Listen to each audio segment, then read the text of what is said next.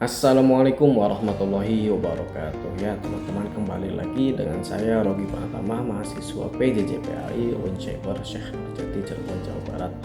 Pada kesempatan kali ini kita akan membahas modernisasi beragama, sebuah konsep penting yang menjaga keberagaman tetap harmoni dalam kehidupan berbangsa dan bernegara, khususnya di Indonesia. Secara sederhana, moderasi beragama adalah cara pandang, sikap, dan praktek beragama yang tidak ekstrim dan menjunjung tinggi keseimbangan antara komitmen terhadap ajaran agama dengan pengorbanan terhadap kebinekaan. Dalam perspektif Islam, modernisasi disebut dengan nusotiyah, yaitu sikap pertengahan, adil dan tidak berlebihan seperti firman Allah dalam Al-Quran surat Al-Baqarah ayat 143 yang artinya, dan demikian pula kami telah menjadikan kamu umat Islam umat pertengahan. Sedangkan dalam konteks kebangsaan, modernisasi beragama sangat penting karena Indonesia adalah negara yang majemuk, memiliki banyak agama, berbagai macam suku dan budaya. Tanpa modernisasi, perbedaan ini bisa memicu konflik.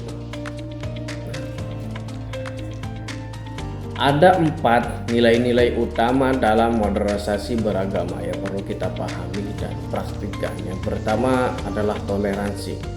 Toleransi menghormati perbedaan keyakinan dan memberikan ruang hidup yang setara bagi pemeluk agama lainnya. Yang kedua adalah anti kekerasan, menolak segala bentuk kekerasan baik fisik maupun verbal dalam berdakwah atau menyampaikan ajaran.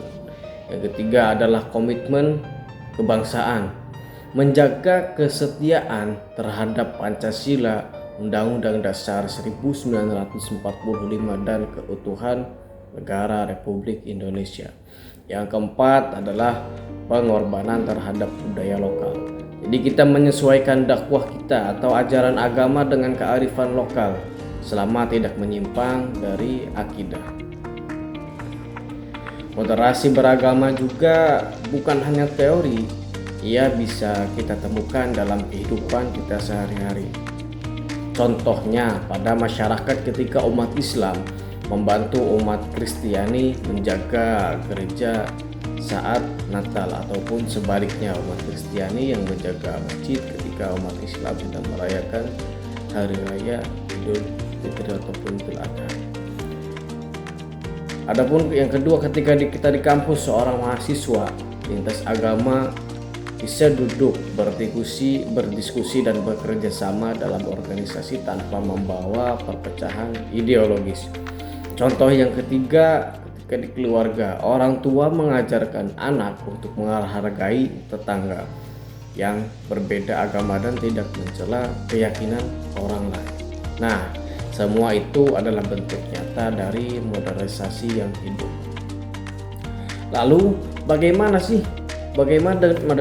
dengan kita? Bagaimana dengan kita generasi muda di era digital ini? Kita punya peran besar. Mengapa? Karena internet sering menjadi tempat penyebaran intoleransi, hoaks, keagamaan, bahkan ujaran kebencian.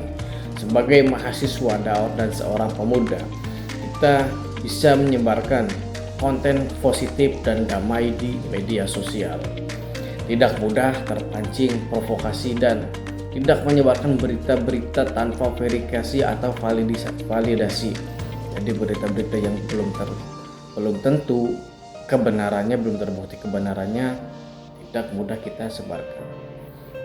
Kemudian menjadi agen dialog yang menjembatani pemahaman lintas agama pada ruang-ruang digital.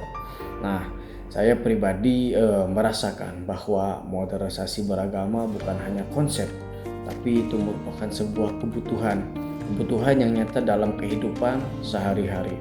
Sebagai seorang individu yang hidup di tengah keberagaman, saya belajar banyak bahwa menghargai perbedaan adalah salah satu cara untuk merawat perdamaian. Modernisasi membuat saya sadar bahwa menjadi benar dalam keyakinan tidak berarti harus menyalahkan yang berbeda. Jadi dengan modernisasi saya bisa tetap menjadi pribadi yang teguh dalam keimanan percayaan saya, tetapi tetap terbuka dalam pergaulan dengan sesama. Jadi teman-teman, marilah marilah kita jadikan modernisasi beragama ini sebagai bagian dari identitas kita. Identitas kita yang bukan hanya sebagai warga negara tetapi juga sebagai insan manusia yang beriman dan mencintai kedamaian. Ya, mungkin itu saja yang dapat saya sampaikan.